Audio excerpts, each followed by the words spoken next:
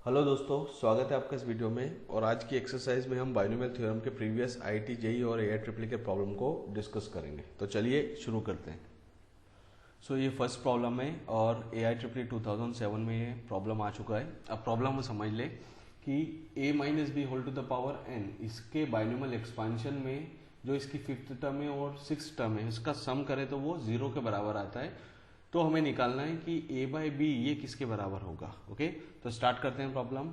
जैसा कि मैंने आपको बताया कि फिफ्थ टर्म और सिक्स टर्म का सम करें तो वो 0 के बराबर है।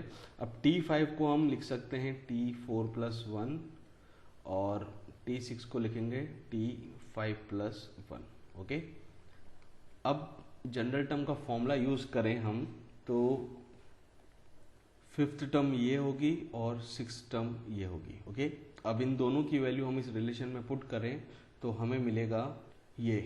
ओके, अब यहाँ पर माइनस बी की पावर 5 है, पावर इसकी क्या है, ऑड है, तो इसका इसके कारण यहाँ पर नेगेटिव साइन आ जाएगा। ओके, फर्दर इसे सॉल्व करें तो हमें ये मिलेगा। ओके, अब सबसे पहले लेफ्ट हैंड साइड को सॉल्व कर लें तो b टू द पावर 4 से यहाँ पर 4 कैंसिल हो जाएगा तो एक ही बचेगा b। ठीक है, और यहाँ पर हम a to the power n minus 5 को न्यूमरेटर में लेके जाएं तो ये हो जाएगा। अब यहाँ पर n और माइनस n कैंसिल और 5 माइनस 4 ये हो जाएगा 1, तो यहाँ पर केवल a बचेगा। अब राइट हैंड साइड को सॉल्व करें तो हमें ये मिलेगा। ओके, अब यहाँ पर n फैक्टोरियल और n फैक्टोरियल ये दोनों आपस में कैंसिल हो जाएंगे और इस टर्म को हम ठीक से अरेंज करके लिखें तो हम इसे इस प्रकार लिख सकते हैं। ओके, अब 5 फैक्टोरियल को क्या लिख सकते हैं हम, 5 इंटू 4 फैक्टोरियल, और n माइनस 4 फैक्टोरियल को क्या लिख सकते हैं, n minus 4 into n minus 5 factorial. Okay, so a by b equals to n minus 4 को लिखेंगे, n माइनस 4 फैक्टोरियल को n minus 4 into n minus 5 factorial into 4 factorial upon n minus 5 factorial. अब 5 factorial को क्या लिखेंगे, 5 into 4 factorial. Okay, अब 4 factorial और 4 factorial cancel, n minus 5 factorial से n माइनस 5 फैक्टोरियल कैंसिल, तो a बाई बी की वैल्यू आई है n माइनस 4 बाय 5। ओके, सो कौन सा ऑप्शन मैच कर रहा है, option D is correct answer. Next problem देखते हैं। ये सेकेंड प्रॉब्लम है और बहुत ही इंपॉर्टेंट एक प्रॉब्लम है, तो आप इसे IMP मार्क करके रखिए। ओके, ये एआई ट्रिपल 2007 में आ चुका है। ओके, अब प्रॉब्लम स्टार्ट करते हैं। अब इस प्रॉब्लम में हमें इस सीरीज का सम निकालना है। ओके, अगर हम 1 plus x whole to the power 20 इसे बाइनोमियल थ्योरम से एक्सपांड करें तो हमें ये मिलेगा। ओके, अब यहाँ पर हम इस एक्सप्रेशन में अगर x की जगह -1 पुट करें तो हमें मिलेगा ये। ओके, अब 1 माइनस 1 ये तो हो जाएगा 0, 1 माइनस 1 0 की पावर 20 ये भी होगा 0, तो इसे हम 0 लिख सकते हैं। क्वेश्चन में देखें तो हम 20C0 से हमें कहाँ तक पहुँचना है, 20C10 तक पहुँचना है। ओके, तो ये जो सारी टर्म है वो 20C10 तक है और ये सारी टर्म्स क्या आ रही है, एक्स्ट्रा आ रही है। ओके, तो हमें इनकी वैल्यू निकालनी पड़ेगी सबसे पहले। ठीक है, तो आइडेंटिटी होती है NCR, ये बराबर होता है NCN माइनस R। ओके, जैसे कि 20C1 की बात करें, ओके, तो ये होगा 20 माइनस 1, ओके, जो कि 20C19 के बराबर होगा। ओके, इसी प्रकार से 20C2 निकालें तो वो 20C18 के बराबर होगा, 20C3 निकालें तो वो 20C17 के बराबर होगा। अब जहाँ जहाँ x की पावर ऑड है वहाँ पर उसके कोफिशिएंट के आगे माइनस साइन आएगा, और जहाँ जहाँ x की पावर इवन है तो उसके कोफिशिएंट के आगे प्लस साइन आएगा। और वो आप ये नीचे के इंडेक्स से चेक कर सकते हैं कि जहाँ जहाँ हमें ऑड इंडेक्स दिख रहा है उसके आगे माइनस आएंगे, और जहाँ जहाँ इवन इंडेक्स है उसके आगे प्लस आएंगे। ये आइडेंटिटी यूज करें तो 20C0 को 20C20 लिख सकते हैं, या 20C20 को 20C0 लिख सकते हैं, 20C19 को 20C1 लिख सकते हैं, 20C18 को 20C2 लिख सकते हैं। इसी प्रकार आगे बढ़ते जाएंगे और लास्ट 20C11 को 20C9 लिख सकते हैं। ओके, अब एक टर्म और बच रही है जो कि है 20C10। ओके, ये एक सिंगल टर्म है। अगर इसमें हम ये फॉर्मूला यूज़ करें वापस, तो वापस से 20C10 ही आ जाएगा और इस बाइनोमियल एक्सपांशन में हमें एक ये सिंगल टर्म देखने को मिलेगी 20C10। ओके, बाकी जैसे 20C11 इसे 20C9 की जगह रिप्लेस कर सकते, 20C20 को हम 20C0 की जगह इक्वेट कर सकते हैं।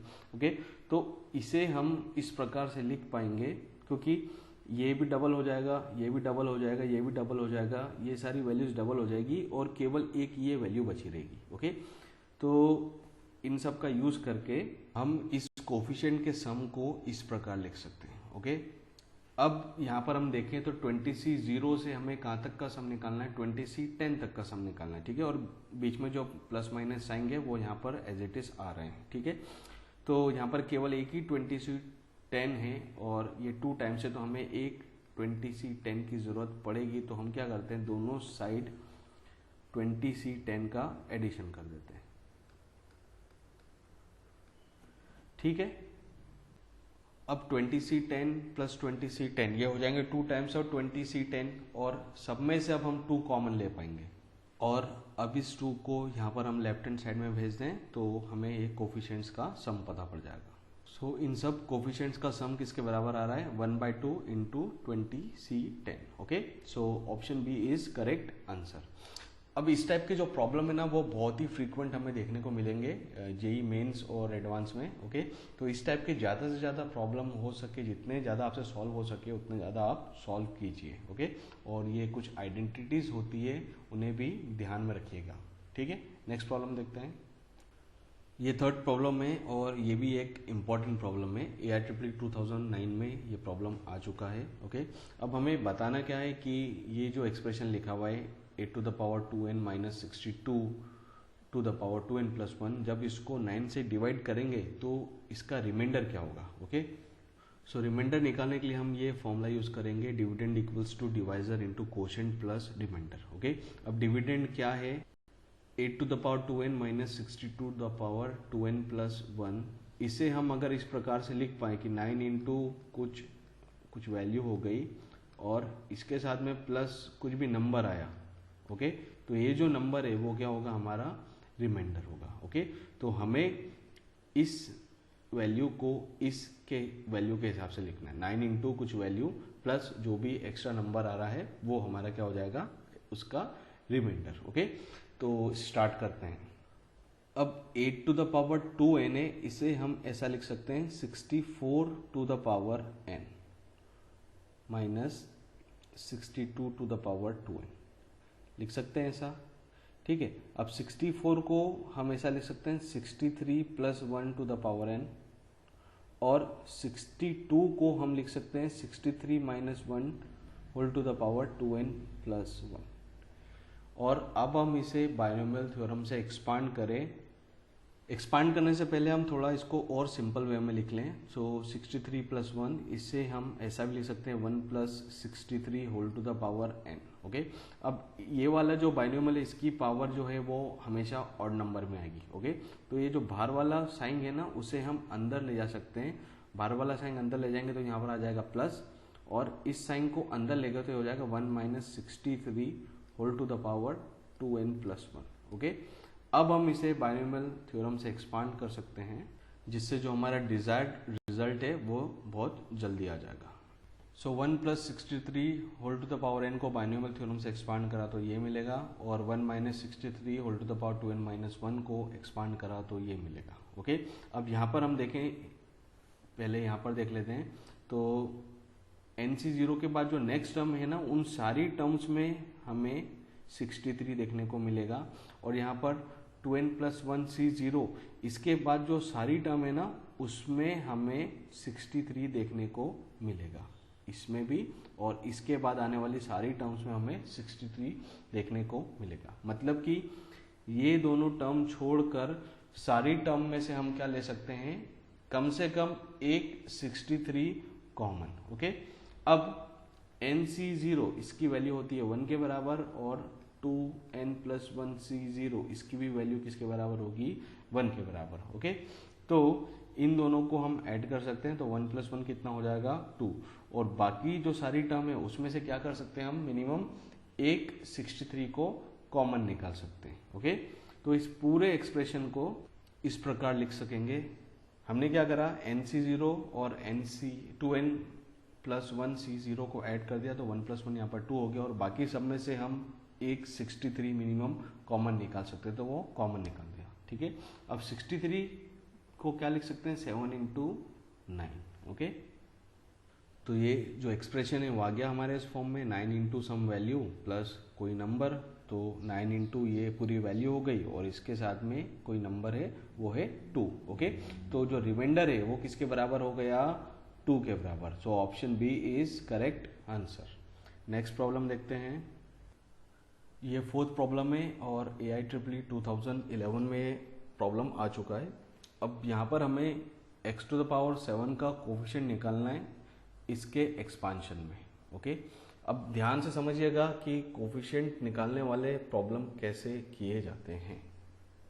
अब यहाँ एक्सपांशन के अंदर वाली टर्म देखें तो उसमें से हम इन दोनों टर्म में से -x² को कॉमन निकालें, तो इसे हम इस प्रकार से लिख सकेंगे। ओके, और फर्दर इसे हम ऐसा लिख सकेंगे 1 - x, अंदर की बात कर रहा हूँ, into 1 - x² whole to the power 6, और पावर डिस्ट्रीब्यूट करें तो ये हो जाएगा 1 - x⁴ into 1 - x² to the power 6। Okay, अब इन दोनों को ही हम एक्सपांड कर लेते हैं पहले। So 1 - x whole to the power 6 को बाइनोमियल थ्योरम से एक्सपांड करेंगे तो हमें ये मिलेगा, और 1 - x² whole to the power 6 को बाइनोमियल थ्योरम से एक्सपांड करें तो ये मिलेगा। ओके, अब यहाँ पर मैंने x⁴ के आगे वाली टर्म नहीं लिखी है, उसका रीजन मैं आपको एंड में समझाऊंगा।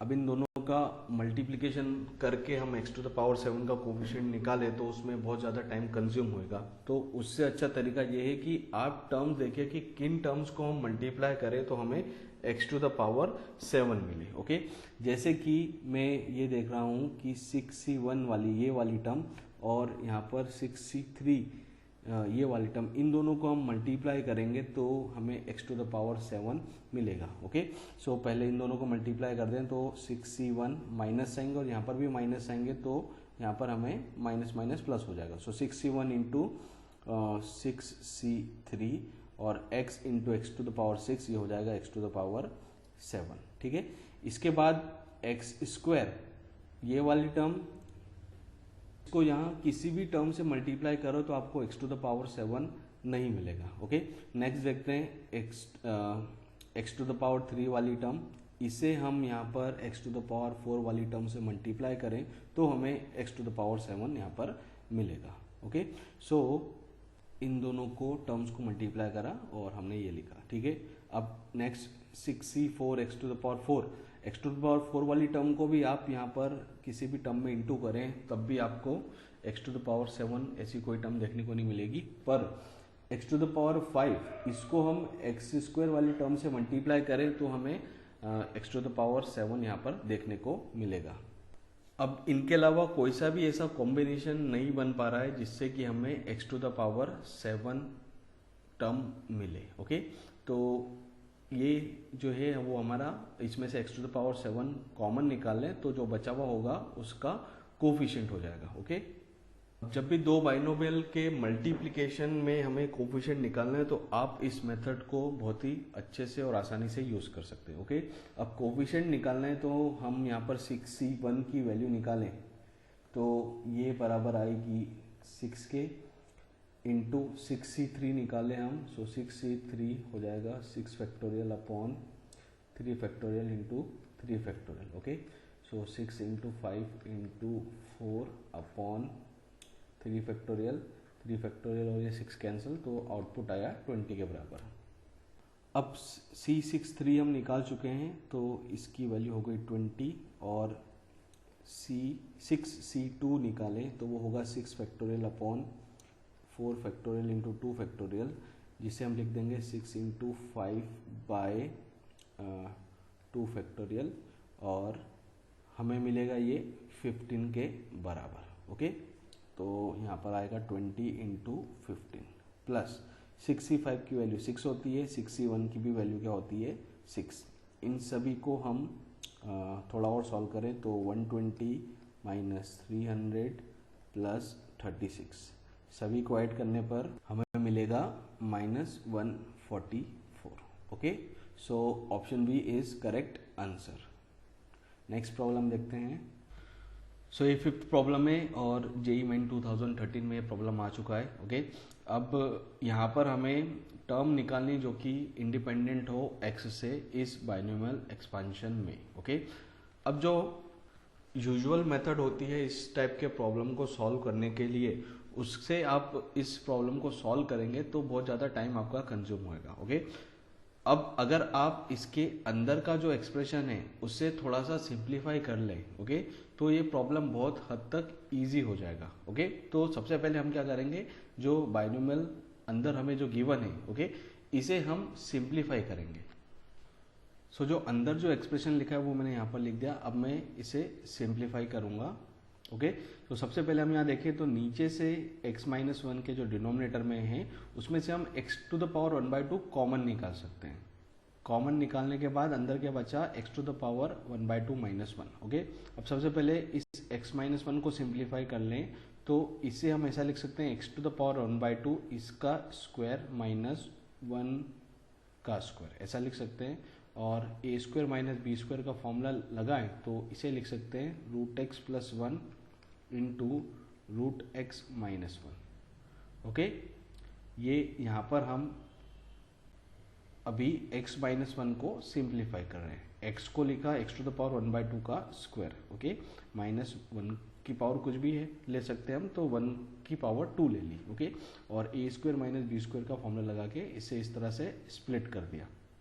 x - 1 की वैल्यू हम यहाँ पर पुट करें तो हमें ये मिलेगा, और √x - 1 और √x - 1 ये दोनों हो गए कैंसिल, और यहाँ पर बचा √x + 1/√x। इसे और सिंप्लीफाई करके हम इसे ऐसा लिख सकते हैं, और यहाँ पर वापस से √x और √x कैंसिल हो गया, और इसे लिख दिया 1 + 1/√x। ओके, तो ये वाली टर्म तो हो गई सिंप्लीफाई। अब ये वाली टर्म सिंप्लीफाई करनी है तो इसे मैं अलग से यहाँ पर लिख लेता हूँ। अब x + 1 इसे हम लिख सकते हैं x⁴ 1/3 इसका क्यूब प्लस 1 का क्यूब, ऐसा लिख सकते हैं। और यहाँ पर a³ + b³ का फॉर्मूला लगाए हम, सो इसे हम लिख पाएंगे x⁴ 1/3 + 1 ब्रैकेट इंटू ब्रैकेट में x⁴ 2/3 माइनस x⁴ 1/3 + 1। ओके, अब x + 1 की यहाँ पर वैल्यू सब्स्टिट्यूट करें हम तो हमें ये मिलेगा, और यहाँ पर ये दोनों टर्म आपस में हो गई कैंसिल, तो इसकी जो पूरी वैल्यू है वो किसके बराबर आ गई, x⁴ 1/3 + 1 के। ओके, अब ये भी वैल्यू हम यहाँ पर सब्स्टिट्यूट कर देते हैं। सो इतना अभी तक हमने यहाँ पर इसे सिंप्लीफाई कर दिया। अब ये सेकेंड वाले ब्रैकेट को ओपन करें, ओके, तो हमें ये वैल्यू मिलेगी। अब 1 और -1 ये हो गए कैंसिल, और फाइनली ये हो गया x⁴ 1/3 प्लस यहाँ पर माइनस साइन आएगा, उसे आप करेक्ट कर लीजिए। तो फाइनली हमें मिला x⁴ 1/3 माइनस x⁴ -1/2, ये इस अंदर वाले एक्सप्रेशन की वैल्यू है। ठीक है, तो अंदर वाले एक्सप्रेशन को हमने अभी तक सिंप्लीफाई कर लिया। अब इसकी होल टू द पावर 10 बराबर है इस एक्सप्रेशन की होल टू द पावर 10, और यहाँ पर हम जनरल टर्म लिखें इस एक्सप्रेशन की तो हमें मिलेगा TR + 1 = 10CR x⁴ 1/3 to the power 10 - R into minus x⁴ -1/2 की पावर R। ओके, अब हमें क्या करना है कि जितनी भी x की टर्म है उसे हमें केवल सिंगल एक x की टर्म में कन्वर्ट करना है। ओके, सो यहाँ पर हम इसे लिख सकते हैं -1 to the power r। ये -1 to the power r किसकी वजह से आया, इस माइनस साइन की वजह से। ओके, 10CR, और x to the power 10 minus r by 3 और x to the power minus r by 2।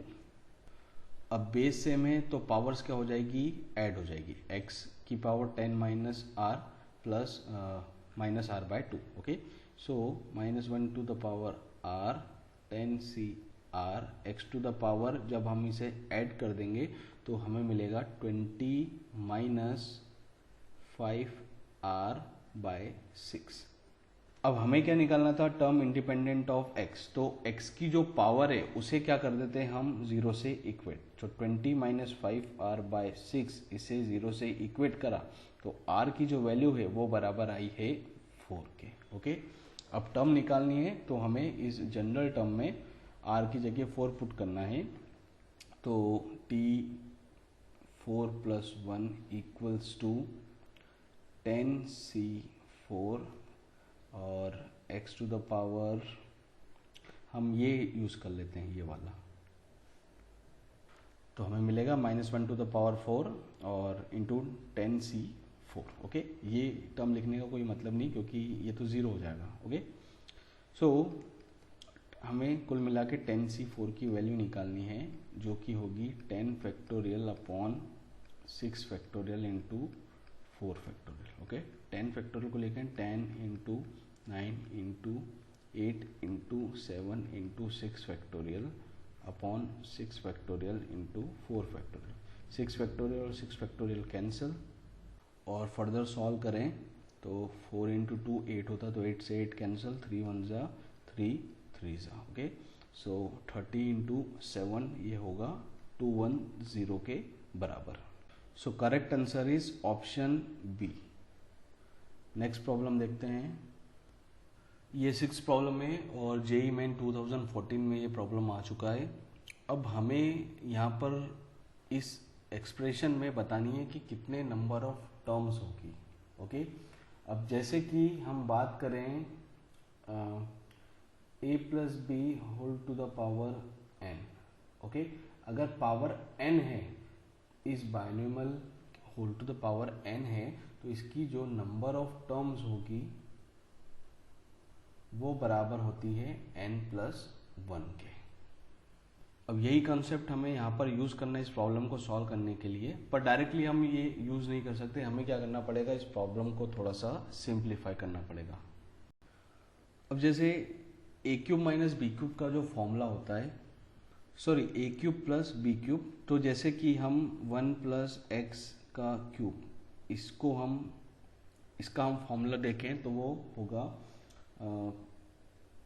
X plus 1 into x square minus x plus 1। Okay, अब ये दोनों जो टर्म है वो मुझे यहाँ पर देखने को मिल रही है, यहाँ पर एक्स प्लस 1 और यहाँ पर x square minus x plus 1। Okay, तो इसको हम अगर इस प्रकार से लिख सकें, x plus 1 whole to the power 100 into x square minus x plus 1 whole to the power 100 into x plus 1। So इस एक्सप्रेशन को हम इस प्रकार से लिख सकते हैं। और अब हम ये जो फर्स्ट वाली टर्म है और जो सेकेंड टर्म है इनके प्रोडक्ट में, उसको हम एक सिंगल पावर में लिख सकते हैं जो कि हो जाएगा 1 plus x into x square minus x plus 1 whole to the power 100 into x plus 1। Okay, और ये है 1 प्लस एक्स क्यूब, तो इसे लिख सकते हैं 1 plus x cube whole to the power 100 into x plus 1।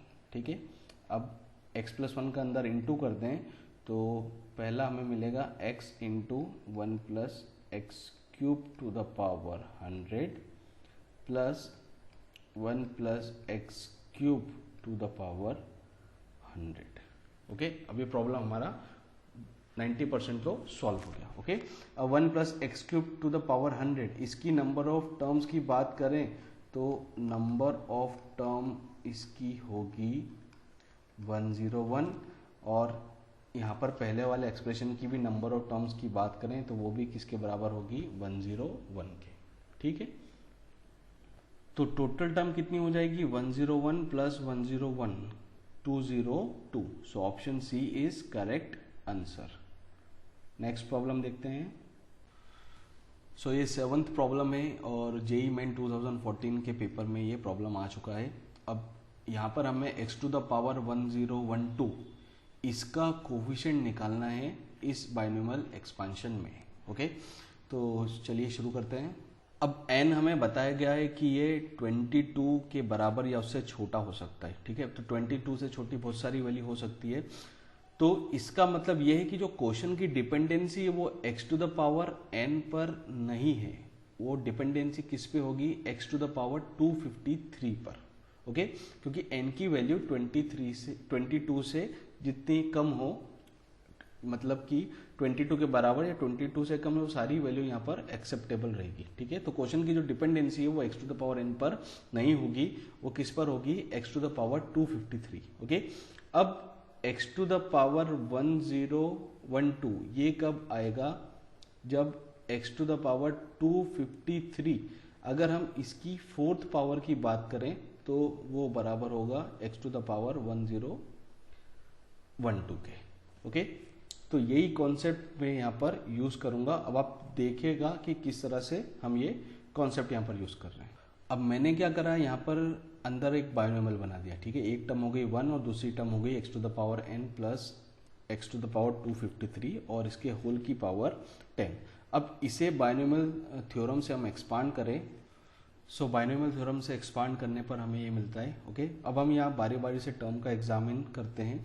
तो पहली टर्म में हमें ये कुछ भी देखने को नहीं मिल रहा है, x to the power 1012। Second term में भी हमें देखने को नहीं मिलेगा, थर्ड में भी नहीं मिलेगा, फोर्थ में भी नहीं मिलेगा, और यहाँ पर 5th टर्म में हमें देखने को मिलेगा, क्योंकि यहाँ पर x to the power 253 x to the power n plus x to the power 253 इसके होल की पावर 4 आ रही है, तो यहाँ पर 1012 बन सकता है। ओके, तो हमें इस वाली टर्म पर ध्यान देना है। ठीक है, तो इसे हम फर्दर और एक्सपांड करें तो ये अब एक और बाइनोमियल बन गया। अब इसे बाइनोमियल थ्योरम से हम एक्सपांड करेंगे। सो अंदर वाली टर्म को बाइनोमियल थ्योरम से एक्सपांड करने के बाद हमें ये मिलता है। और मैंने आपको शुरू में बताया था कि x टू द पावर 253 की होल की पावर 4 ये बराबर होती है 1012 के। ओके, तो इस टर्म से भी हमें वो नहीं मिल रहा, इससे भी वो नहीं मिलेगा, इससे भी वो नहीं मिलेगा और इससे भी वो नहीं मिलेगा। क्या मिलेगा हमें, केवल ये लास्ट वाली टर्म है उससे मिलेगा x to the power 1012। Okay, so जो कोफिशिएंट होगा वो हो जाएगा 10c4 इंटू 4c4 और x to the power 1012। Okay, ये वाली टर्म का यूज करके हम कोफिशिएंट निकालेंगे। तो कोफिशिएंट 4c4 की वैल्यू होती है 1, तो कोफिशिएंट हो जाएगा 10c4 किसका, x टू द पावर 1012 का। Okay, so correct answer is option b. Next problem देखते हैं। सो ये आज की वीडियो का लास्ट प्रॉब्लम है और ये जेईई मेन 2014 के पेपर में आ चुका है और एक बहुत ही इंपॉर्टेंट प्रॉब्लम है। ओके, तो शुरू करते हैं।